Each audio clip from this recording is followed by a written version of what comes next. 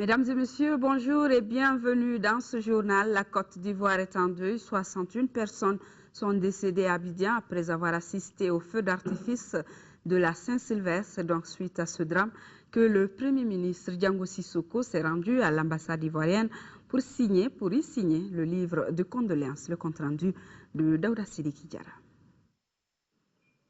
Drapeau en berne, c'est tout le peuple ivoirien qui est endeuillé par le drame survenu dans la nuit du 31 décembre au 1er janvier à Abidjan. Au moins 61 personnes sont décédées et une cinquantaine ont été blessées. Pour compatir à la douleur de ce peuple frère, le Premier ministre Diango Sissoko s'est rendu à l'ambassade ivoirienne pour signer le livre de condoléances au nom de tout le peuple malien. C'est en fait le président de la République qui m'a chargé de venir signer le livre de condoléances ouvert à l'ambassade de Côte d'Ivoire au Mali à l'occasion du drame que le peuple frère de Côte d'Ivoire vient de vivre. Et c'est tout à fait normal étant donné les excellentes relations qui unissent nos deux pays et nos deux chefs d'État. Et vous connaissez déjà le rôle que le président Alassane Ouattara joue dans notre sous-région aujourd'hui.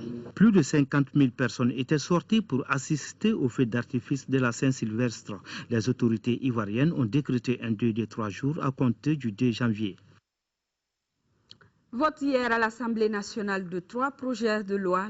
Le premier est relatif à la valorisation des comptes des comptables publics de 1960 à 91, le second sous le règlement général du budget d'État 2009 et le troisième autorise le gouvernement à prendre certaines mesures par ordonnance. Mahamadou Doumbia. Au cours de cette séance plénière, l'Assemblée nationale a statué sur 3 projets de loi. Le premier projet est relatif à la validation des comptes des comptables publics de 1960 à 1991 et pour cause de 1991 à nos jours, aucun compte de gestion de comptable public n'a été déchargé de sa gestion. Face à cette situation, la section de la Cour suprême visait dans son programme de 2010 l'appurement des comptes de comptables publics du Trésor, des communes et des établissements publics. Le vote par le Parlement de la loi de validation des comptes de 60 à 91 permettra le démarrage, Monsieur le Président, le démarrage effectif des activités de jugement des comptes à partir de 1992 et mettra ainsi le Mali en phase avec les autres États membres de l'UEMOA dans ce domaine. Quand il s'agit de discuter des finances, naturellement, il y a débat. L'amendement qui consiste à dire que les opérations sont validées, à mon avis, ça veut dire que l'Assemblée nationale, les yeux fermés, décide de valider des opérations pour lesquelles aucune pièce comptable n'existe, sur lesquelles on n'a aucune donnée. Et pourtant, pour le président de la Commission des finances, il n'y a aucune ambiguïté. C'est 92 qui constitue la ligne de départ. Nous, notre vote, c'est justement pour pouvoir dire que ces balances d'entrée de 92, nous les validons. Ce qui est normal, et le rapport le dit, de 60 à 92, il a été produit au moins des balances chaque année. Les autres comptes sont partis, tous les autres États dont on a parlé, États de rapprochement et autres ne sont pas exploitables. Ça, c'est même au regard seulement des événements de 91, et nous sommes presque les seuls dans cette situation dans la sous-région.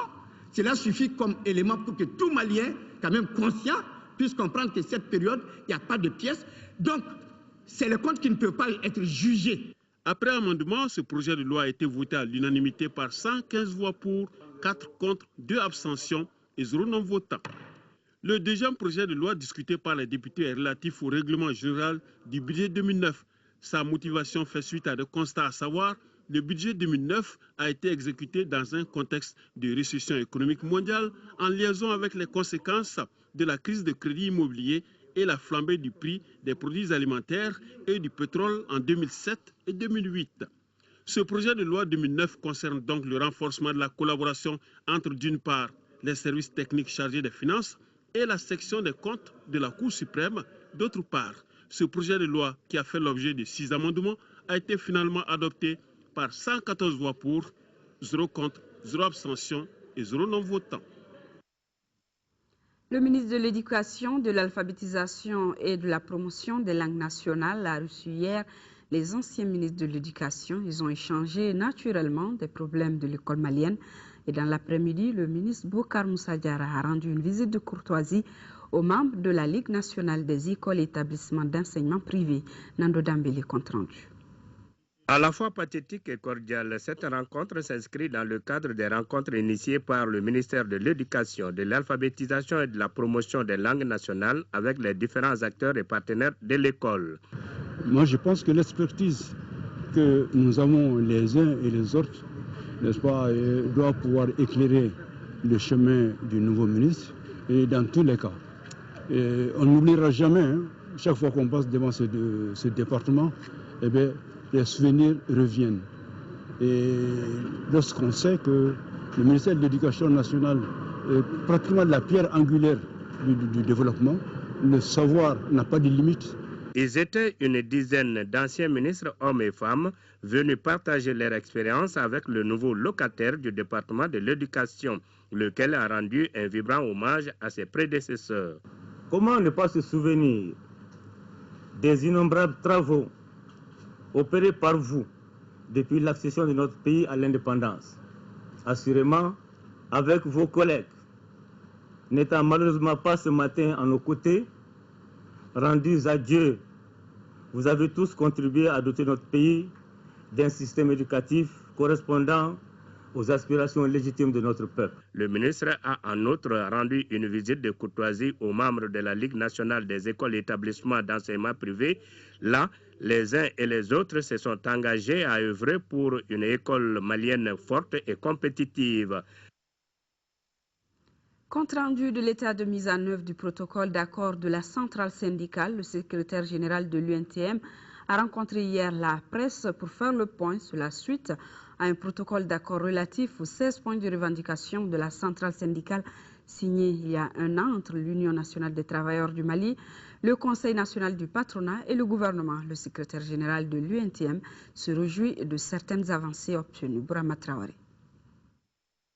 Les 16 points de revendication de l'Union nationale des travailleurs du Mali s'exécutent lentement mais sûrement. C'est un secrétaire général de l'UNTM au sourire large qui a rencontré ce jeudi la presse pour faire le point des acquis. Le paiement des indemnités de départ à la retraite des fonctionnaires est assuré pour un montant d'un mois de salaire net. Tous les fonctionnaires qui vont à la retraite jouissent du bénéfice de leur dernière notation, à condition d'avoir obtenu la notation bon durant la période de notation qui donne droit à l'avancement. Aussi, des indemnités viennent d'être accordées aux fonctionnaires en attendant de conduire à son terme l'étude portant harmonisation et rationalisation des primes et indemnités. Un autre point de satisfaction de l'UNTM est relatif à l'adoption d'une nouvelle grille des salaires des fonctionnaires. Cette grille qui vient corriger des irrégularités est perçue comme une grande avancée. La date d'effet est annoncée pour ce mois de janvier. Si dans l'ancienne grille, la catégorie A commençait à l'indice plancher 351, aujourd'hui, ceux qui vont entrer dans la fonction publique aujourd'hui vont commencer à l'indice 360. L'indice plafond de la catégorie A était 900. Mais avec la grille adoptée, l'indice plafond de la catégorie A vient à l'indice 920. L'indice plancher, la catégorie B2 commençait à 240. Aujourd'hui, elle commence à 250. Et l'indice plafond de la B2, c'est 625 hier, mais 677 aujourd'hui. L'indice plancher de la catégorie B1 était 215. Aujourd'hui, c'est 220. Et l'indice plafond, 550 à 600. Enfin, la catégorie C, indice plancher passe de 151 à 155 et l'indice plafond de 450 à 489. L'Union nationale des travailleurs du Mali entend poursuivre les négociations pour la satisfaction de l'ensemble de ses revendications. Sport football, le sélectionneur national des Aigles a publié hier une préliste de 28 joueurs en vue de la phase finale de la CAN 2013 en Afrique du Sud. Parmi les joueurs convoqués figure Mohamed Lamine Sissoko, absent depuis la CAN 2010. Patrice Carteron donnera la liste définitive le 8 janvier prochain à l'issue d'un stage de 5 jours à Kabbalah. Le compte rendu de Khalifa Namatraoré.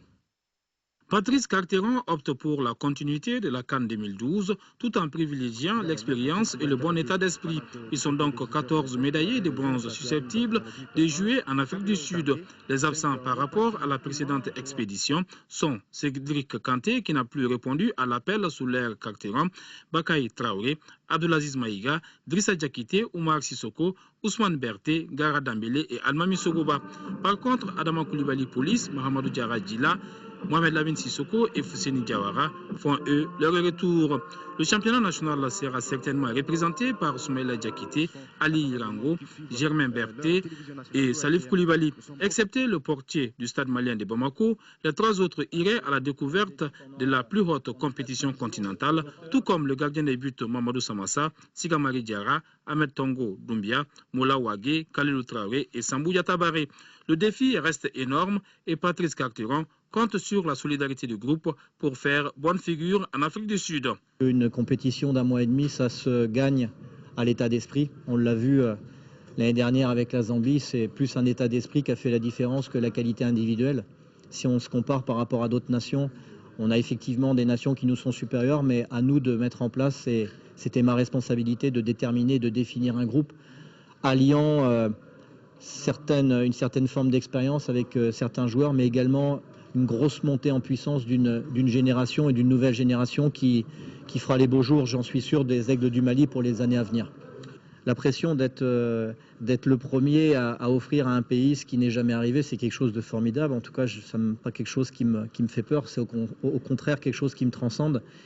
Et aujourd'hui, comme je l'ai dit, je me sens malien à 100% et j'ai vraiment envie, là encore, de donner à la fois aux instances et à ce pays tout ce qu'il a pu me donner depuis que je suis arrivé. Mamadou Samassa, l'avant-centre, Mahamadou Diarra Djila, Kalilou Traoré et Abdou Traoré doivent par ailleurs attendre l'avis médical pour être sûrs du voyage en Afrique du Sud. Dans le groupe B de cette 29e édition de la Coupe d'Afrique des Nations de football, le Mali débutera le 20 janvier contre le Niger avant d'affronter 4 jours plus tard le Ghana et la République démocratique du Congo le 28 janvier.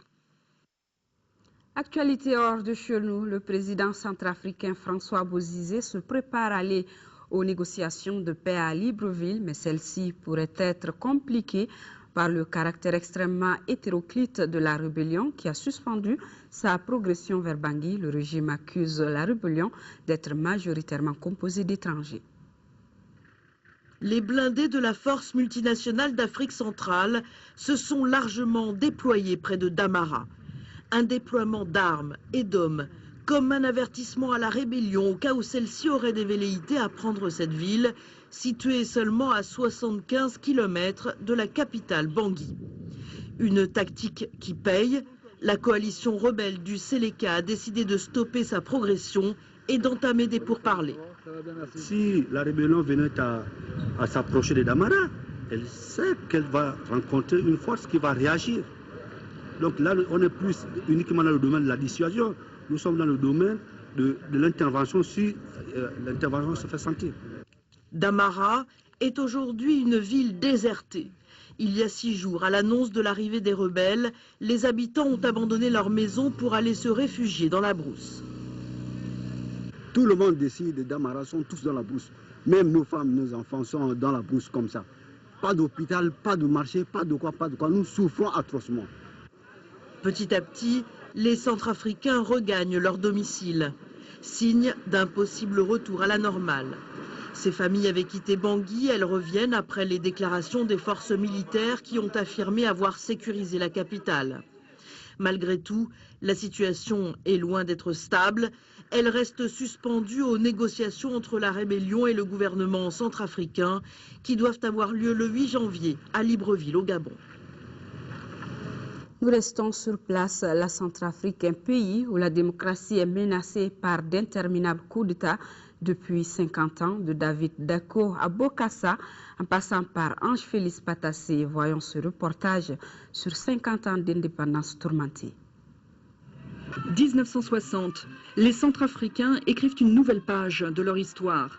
L'indépendance permet tous les rêves. Elle se traduira par de nombreuses désillusions. Depuis, la Centrafrique passe d'une crise à l'autre. Sur les 5 présidents qu'elle a connus, 3 sont parvenus au pouvoir par les armes. Le signe d'une instabilité politique entretenue par la France, qui défend ses intérêts dans son ancienne colonie. David Dacko est le premier président centrafricain, un président jeune que Paris espère docile. Dans le monde et le temps où nous sommes, nous pensons que c'est le moment pour nos 2 pays de préciser les conditions de leur coopération et de leur solidarité. Mais David Dacko se révèle vite autoritaire, un trait de caractère commun à tous les futurs chefs d'État centrafricains. Jean Bedel Bokassa en tête. Il ira jusqu'à se proclamer empereur. L'ancien chef des armées a su profiter de son poste pour s'emparer du pouvoir en 1966. Longtemps soutenu par Paris, Bokassa sera finalement déposé par un commando français, après 14 ans d'un règne de la terreur. Dacko est remis en selle, mais le scénario se répète. Son chef des armées s'impose par la force.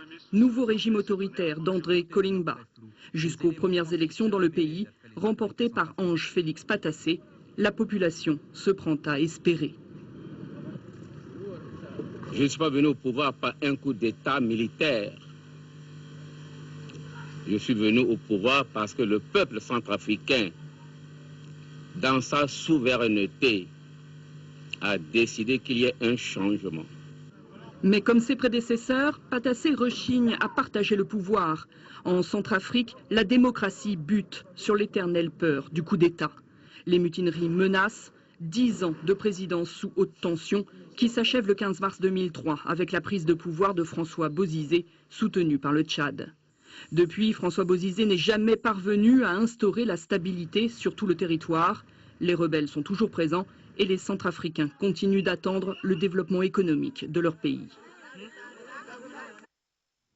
En Afrique australe, précisément en Afrique du Sud, chaque année, le 2 janvier, un festival se tient dans la ville du Cap. Il s'inscrit dans une longue tradition en Afrique du Sud puisqu'il est le prolongement du temps où les esclaves n'étaient libérés de l'obligation de travail que le seul jour du 2 janvier. Paillettes, costumes aux couleurs chatoyantes, chaque année, le 2 janvier, ils sont des milliers déguisés en ménestrels à défiler dans les rues du Cap sous l'œil conquis des touristes. J'adore voir les enfants qui défilent. Ils dansent, ils ont le sourire aux lèvres. C'est génial d'être ici. Les gens adorent faire la fête, c'est plein de bonne humeur, c'est très coloré, joyeux, j'adore. Un carnaval en apparence, bien plus que ça. Ces danseurs célèbrent une tradition héritée du XVIIIe siècle. Le 2 janvier était le seul jour de congé annuel accordé aux esclaves. Interdit de premier de l'an, ils fêtaient avec un jour de retard l'année nouvelle. Grimés, incognito, ils venaient tirer la langue devant la maison de leur maître, un pied de nez, une forme de rébellion. Ils peignaient leur visage, ils portaient des déguisements colorés. Le défilé que vous voyez aujourd'hui au Cap existait déjà il y a plus de 100 ans. Un siècle et demi plus tard, la tradition persiste. 2013 a été accueilli comme il se doit. À tous, c'est tout pour cette édition. Les prochaines vous seront présentées.